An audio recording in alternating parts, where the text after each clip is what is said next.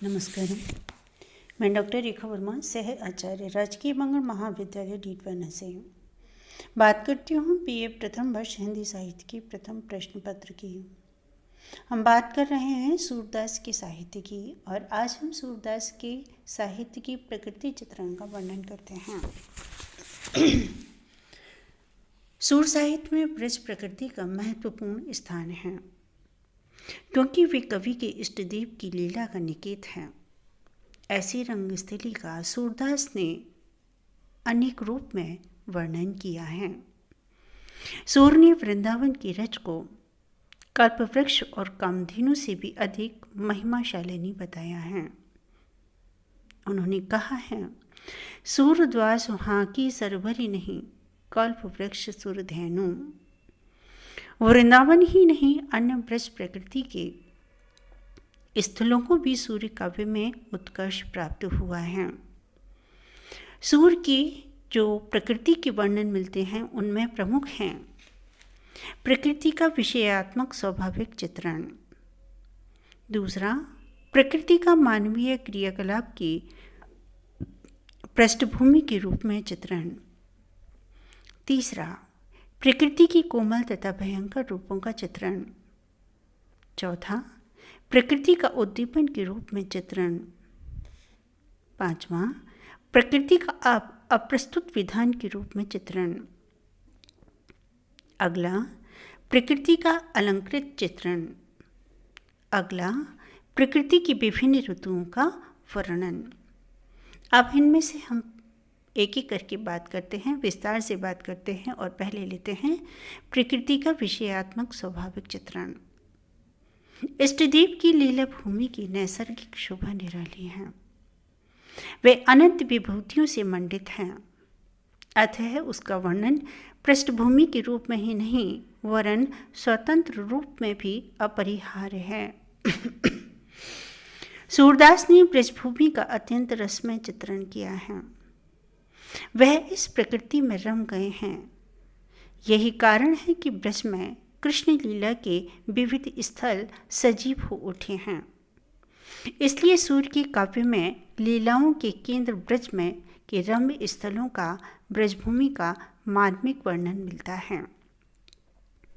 वहाँ की वंशीवट, यमुना, वन और उनमें राधा आदि गोपियों का विहार, वहाँ की रास एवं लता तरुओं में झूलने का आनंद, कुंज कुंड वन धाम कहाँ मिलेंगे।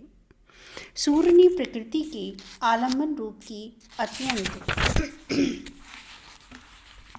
नैसर्गिक शोभा का चित्रण किया है। जैसे चिरई चहु चौहानी, चंद की ज्योति परानी, रजनी पिहानी, प्राची पियरी प्रमाण की, तारिका दुरानी तम घटे तम चुर बोले, श्रवण भनक परी ललिता के कान की। दूसरा नंबर आता है प्रकृति का अलंकृत चित्रण का। सूर्य ने प्रकृति का मानवीकरण रूप वसंत ऋतु आदि के वर्णन में प्रस्तुत किया है। प्रकृति को युवती रूप में प्रस्तुत करते हुए सूरदास जी कहते हैं, राधेचु आज वरुणो वसंत, मानहु मदन विनोद विहिरत, नागरी नवकंथ, केतिकी कुछ कलश कंचन, गेर कंचुकी करी, मालिती मद चलती लोचन, निरख मृद मुख हंसी। अगला वर्णन है प्रकृति का कोमल तथा भयंकर रूप में चित्रण। सूर्य ने प्रकृति के कोमल रूप के मार्मिक चित्रण प्रस्तुत किए हैं। प्रभातकालीन दृश्य का यह वर्णन है, जागिए ब्रजराज कुंवर, कमल कुतम फूले, कुसुम वृंद संकुचित भये, भृंग लता भूले, तमचर खगरोर सुनहु, बोलत बनराई, रामभती को खरी कनी में, बछरा हित धाई, मधु विलीन रवि प्रकाश गावत, नर नारी, सूर्य श्याम प्रार्थ उठो, अम्बुज कर धारी।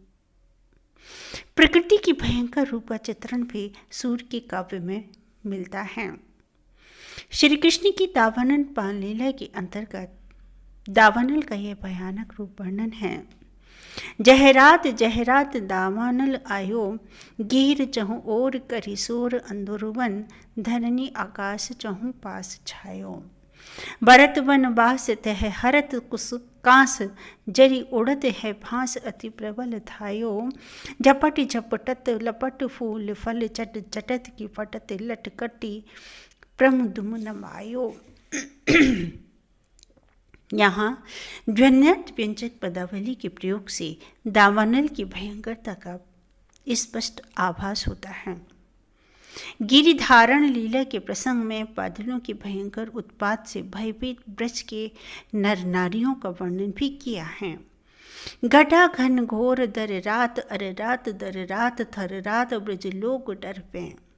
तड़ित आघात तर रात उत्पात, सुनी नारी नर संकुचे, तन प्राण अर्पे।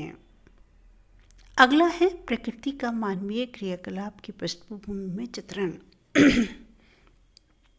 सूर्य ने प्रकृति को कृष्ण की लीला में सहायक माना है। रास के प्रसंग में कवि ने प्रकृति के द्वारा आंदोलन की पृष्ठभूमि प्रस्तुत कराई है। रामलीला की शरद पूर्णिमा की रात्रि को शोभा अद्भुत है। चारों ओर पुष्प खिले हैं, वृक्षों पर सधे फल लगे हैं, चांदनी से उज्जवल लग रही है और वैसा ही रमणीक यमुना का पुलिन है। उदाहरण है मानो माही घन घन अंतर दामिनी, घन दामनी दामनी घन अंतर, शोभित हरिब्रज भामिनी। जमुन पुलिन मलका मनोहर सरद सुहाई जामिनी, सुंदर शशि गुण रूप नासिम निधि, अंग अंग अभिमानिनी। रचो रास मिली रसिक राय सो, मुदित भई गुण ग्रामिनी। अगला वर्णन है प्रकृति का उद्दीपन रूप में चित्रण। सूरदास ने विप्लव श्रृंगार के अंतर्गत प्रकृति का उद्दीपन रूप में मार्मिक चित्रण किया है। संयोगावस्था में सुखदायिनी प्रकृति वियोगावस्था में दुखदायिनी बन जाती है।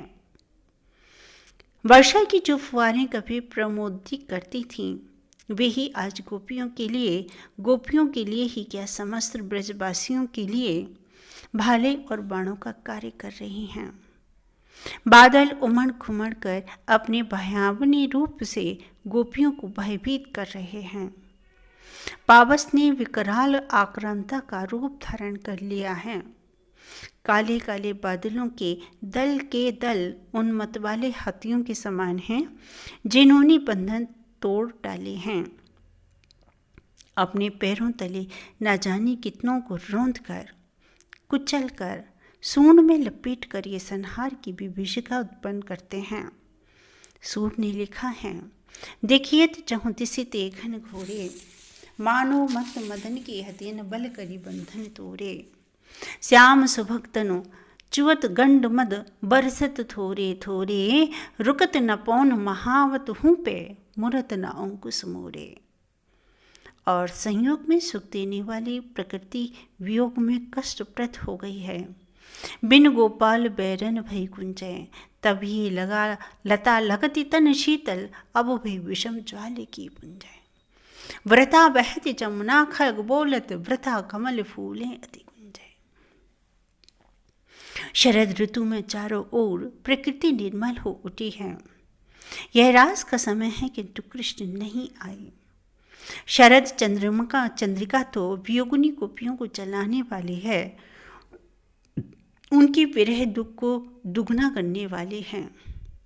या बिन होत कहाँ हुए सुनो, लेकिन प्रकट कियो प्राची, दिसी बिरहनी को दुख दूनो।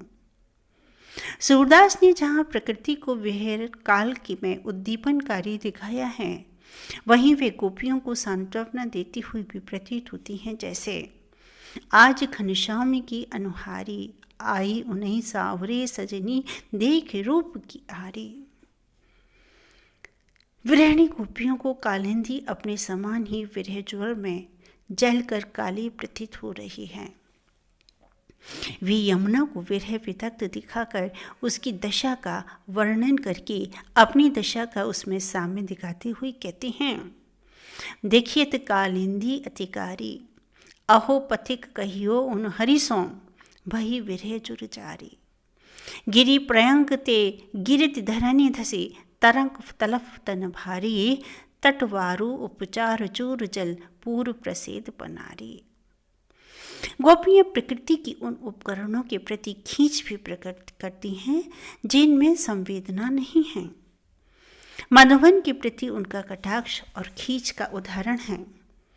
मधुबन तुम कत रहत हरे, बिरहे वियोग श्याम सुंदर की ठाड़े क्यों न चरे। तुम हो निलज न लज्जा तुमको, फिर सिर पहुँ धरे। अगला प्रकृति का रूप है अप्रस्तुत विधान के रूप में। सूरकाव्य में प्रकृति का अप्रस्तुत विधान के रूप में सरस चित्रण मिलता है। हरिजू की बाल छवि का वर्णन करते हुए भाव विभोर कवि प्रसिद्ध उपमानों की व्यंजना करता हुआ व्यतिरिक अलंकार का चमत्कार प्रस्तुत करता है। हरिजू की बाल छवि कहो बरनी, सकल सुख की सीम कोटि मनुज शोभा हरनी। भुज भुजंग सरोज नैन निबदन विदुदित्यो लरनी, रहो विवरणी सल नभ उपमा अपरितारी डरनी। नेत्रों की उपमा में कवि सिद्ध उपमानों की हीनता सिद्ध करते हुए कहा है, उपमा एक न नैन कहीरी।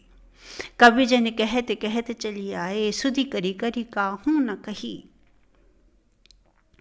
प्राकृतिक उपकरणों का अप्रस्तुत विधान के रूप में विनियोग सूर्य ने भाव का उत्कर्ष दिखाने, वस्तुओं के रूप गुण तथा क्रियाओं का अधिक तीव्र अनुभव कराने के लिए किया है।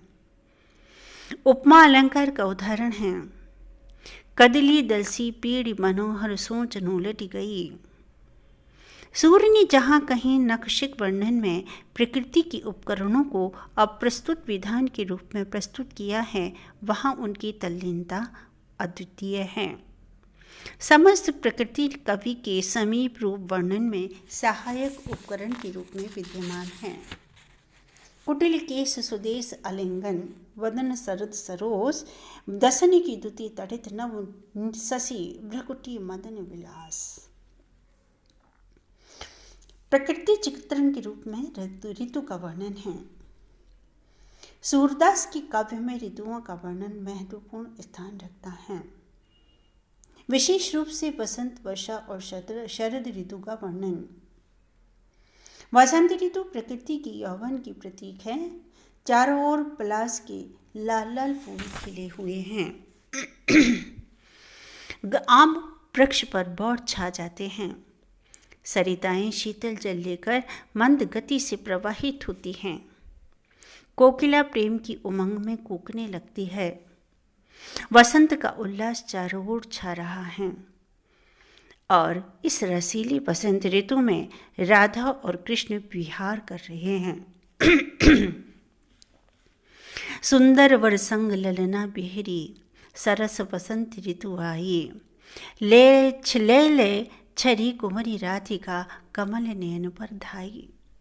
द्वादश वदरत नारी देखिया, चहुंदी चिटीसु फूले। भोरे अम्बुआ अरुद्रम वेली, मधुकर परमल भूले। शरद ऋतु का वर्णन रासलीला की पृष्ठभूमि अत्यंत मार्मिक है। सूर्य ऋतुओं का विरह वर्णन की परंपरा के अनुकूल उद्दीपन रूप में भी वर्णन किया है। वर्षा को भी विरहिणी के शरीर में दिखाते हैं। कहते हैं, देखो माई नयनन सो घन हारे, बिन ही ऋतु बरसत निसि बासर, सदा सजल दो तारे। इस प्रकार से यह स्पष्ट हो जाता है कि सूर साहित्य में प्रकृति का, ब्रज प्रकृति का, निकुंज मग आदि का बड़ा ही रमणीय वर्णन मिलता है। ऋतु वर्णन में सूर्य ने कभी प्रसिद्ध परंपरा को अपनाया है। सूर काव्य में प्रकृति का महत्वपूर्ण स्थान है। सूर्य की प्रकृति चित्रण की सबसे बड़ी विशेषता यही है कि उन्होंने प्रकृति को मानव भावनाओं के रंगों से रंगा है, उसे शुद्ध निरपेक्ष रूप में प्रस्तुत नहीं किया। सूर्य ने प्रकृति का विविध रूपों में चित्रण किया है, किंतु सभी रूपों में प्रकृति मानव भावनाओं के रंग में रंगी हुई है। कहीं भी उसका शुद्ध निरपेक्ष वर्णन नहीं मिलता। धन्यवाद।